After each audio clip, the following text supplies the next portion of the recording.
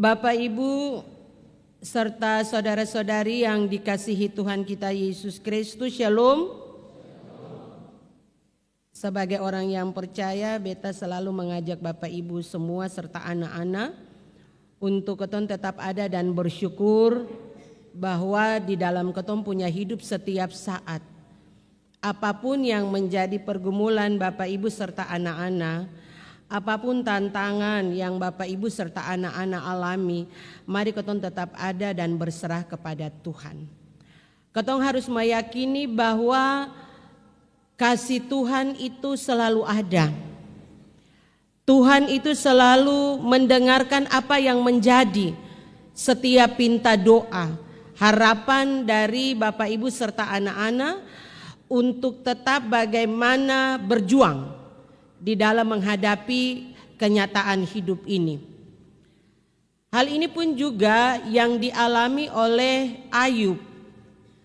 Kalau membaca tokoh Ayub ini, pasti Bapak Ibu dan beta kotong semua serta anak-anak sudah mengerti dan memahami bagaimana penderitaan yang dialami oleh Ayub.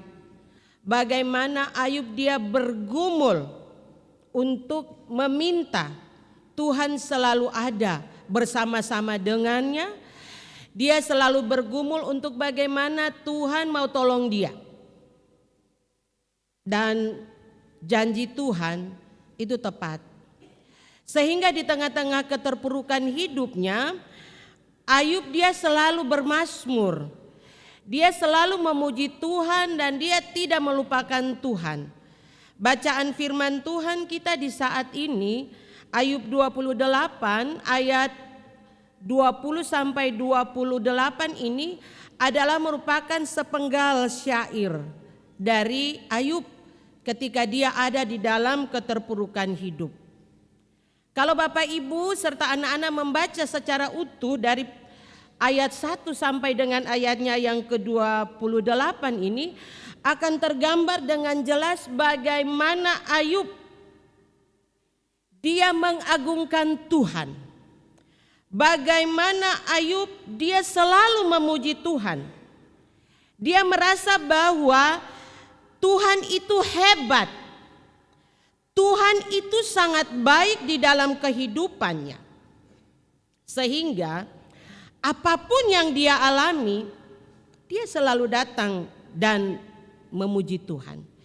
Dia selalu datang dan bersyukur kepada Tuhan di tengah-tengah keterpurukan hidup. Sehingga Bapak Ibu yang diberkati Tuhan serta anak-anak yang dikasihi, Ayub sejengkal pun dia tidak pernah meninggalkan Tuhan. Ayub 28 ayat 20 sampai dengan 28 ini merupakan sebuah pengakuan. Pengakuan bahwa Allah itu adalah sumber hikmat yang sejati. Bayangkan Bapak Ibu, dia sudah mengalami kondisi-kondisi yang terpuruk tetapi dia masih bilang bahwa hikmat yang sejati itu hanya ada pada Allah, bukan kepada manusia. Itu berarti Allah adalah sumber hikmat. Lalu yang menjadi pertanyaan bagi Bapak Ibu dan beta, bahkan Ayub juga di dalam bacaan firman Tuhan, dia mengatakan sebuah pernyataan kritis. Atau dia berkata begini Bapak Ibu, hikmat itu akan berasal dari mana?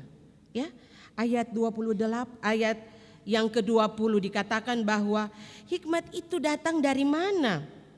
Akal budi itu ada dari siapa? Dan dari mana akal budi itu datang? Jawabannya itu ada pada ayat 28 dari bacaan kita di saat ini. Ternyata Bapak Ibu, hikmat itu berasal dari Tuhan. Akal budi itu berasal dari Tuhan. Dan oleh sebab itu mari Bapak Ibu dalam ketong punya kehidupan setiap saat, mari ketong selalu meminta hikmat. Sama dengan Ayub. Walaupun dia terpuruk, tetapi dia selalu meminta hikmat Tuhan. Dia selalu mengandalkan Tuhan. Hikmat itu Bapak Ibu yang bisa ketong beli dengan emas. Hikmat itu katong seng bisa beli dengan permata atau mutiara. Hikmat itu katong seng bisa beli dengan katong punya hasil alam atau katong punya uang yang banyak. Hikmat itu katong tidak bisa beli itu apa yang katong minta dari Tuhan. Yang katong minta dari Tuhan adalah bagaimana katong selalu diberikan hikmat. Jadi mari Bapak Ibu, jangan katong mengandalkan katong punya kekuatan. Jangan katong mengandalkan katong punya kemampuan. Jangan katong mengandalkan katong punya kepintaran. Kunci rahasia Bapak Ibu deng beta mau berhasil. Kunci Bapak Ibu deng beta mau dijawab Tuhan. Ketika katong ada dalam pergumulan, mari katong selalu meminta hikmat dan akal budi dari Tuhan.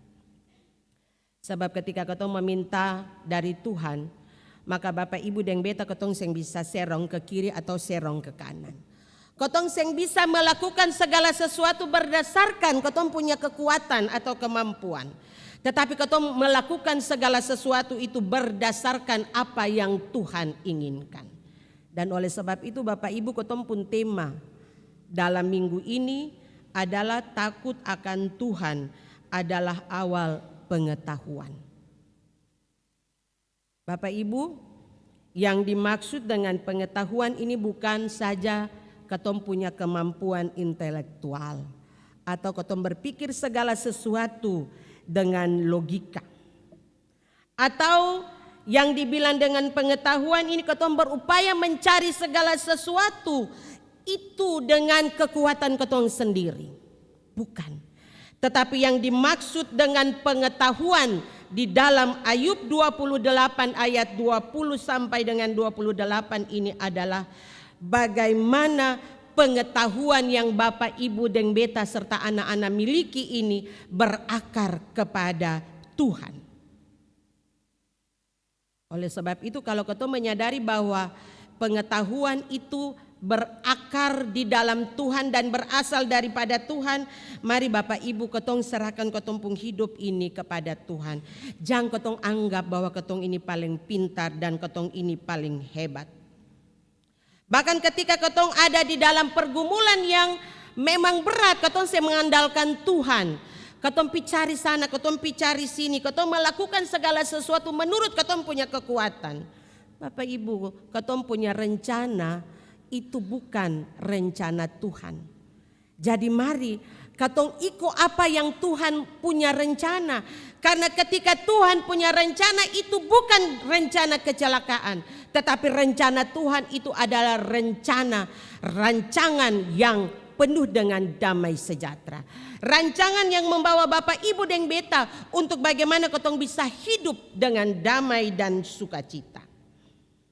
Dan oleh sebab itu mari katong tetap kuat di dalam Tuhan. Sama dengan Ayub, dia tegar, dia kuat.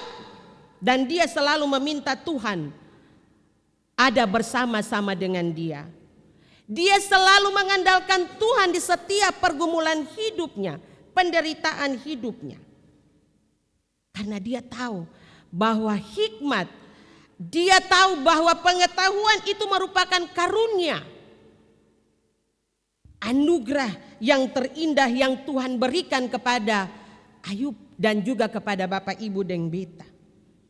Dan oleh sebab itu mari katong tetap berjalan mengandalkan Tuhan. Jangan katong mengandalkan katong punya kekuatan sebagai manusia.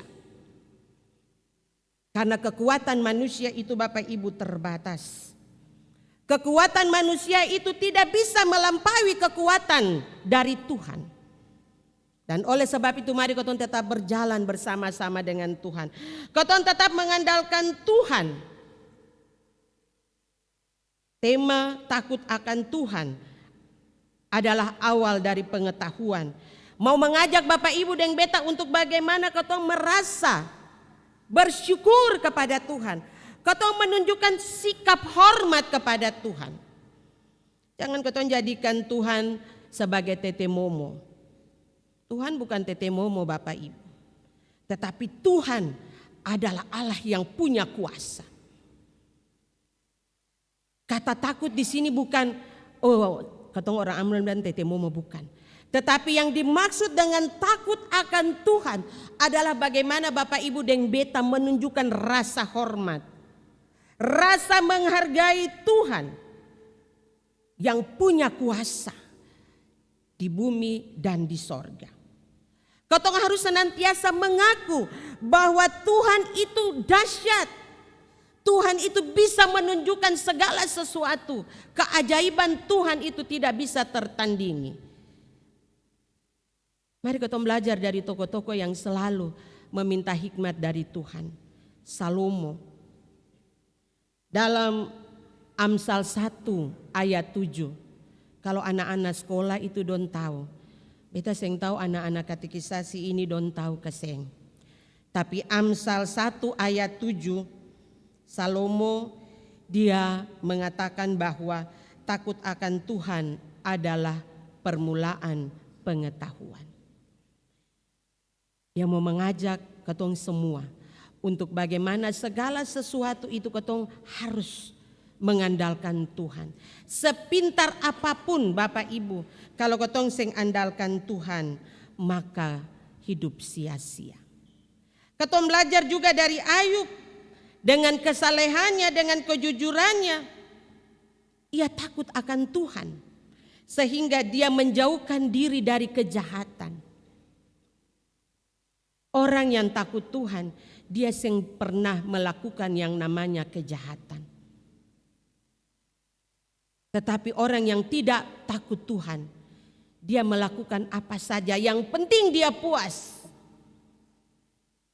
Yang penting bisa keluarganya nyaman. Dia melakukan segala sesuatu dengan tipu muslihat. Kalau orang itu yang takut Tuhan. Beta percaya Bapak Ibu, anak-anak semua yang hadir saat ini, ketong adalah orang-orang yang takut Tuhan. Sehingga segala sesuatu yang ketong dapatkan itu bukan dengan cara harus menipu. Harus melakukan tindakan kejahatan baru ketong memperoleh kekayaan. Bacaan firman Tuhan ini tidak menginginkan hal yang demikian. Ketong harus takut Tuhan. Lalu yang berikut Bapak Ibu, orang yang takut Tuhan adalah orang-orang yang mau melakukan kebaikan. Mari kita belajar dari Kornelius, seorang perwira Romawi. Dia punya kekuatan, dia punya kedudukan, dia punya harta. Tetapi itu bukan untuk dirinya sendiri, tetapi karena dia takut Tuhan, dia mau melakukan kebaikan, mau melayani setiap orang, menolong setiap orang tanpa ada minta balasan. Tapi terkadang Bapak Ibu ketong ini kalau bantu orang, ketong kasih tangan kiri tangan kanan tahu. Atau ketika ketong bantu orang, ketong harap orang itu bisa bantu. Jangan Bapak Ibu. Kalau ketong tahu bahwa hikmat itu berasal dari Tuhan, dan hikmat itu Tuhan berikan kepada Bapak Ibu, anak-anak dan beta, maka mari ketong melakukan apa yang Tuhan kehendaki. Sebab orang yang berhikmat adalah orang-orang yang mengandalkan Tuhan di dalam seluruh kehidupannya. Berjalanlah bersama dengan Tuhan, apapun yang menjadi pergumulan, doa dan harapan Bapak Ibu serta anak-anak, mari kita belajar dari Ayub. Penderitaan yang dia alami, pada akhirnya ada jawaban. Ada kasih Tuhan yang Tuhan nyatakan di dalam hidup Ayub. Pemulihan terjadi, berkat Tuhan melimpah bagi Ayub. Tuhan tolong kita semua. Amin.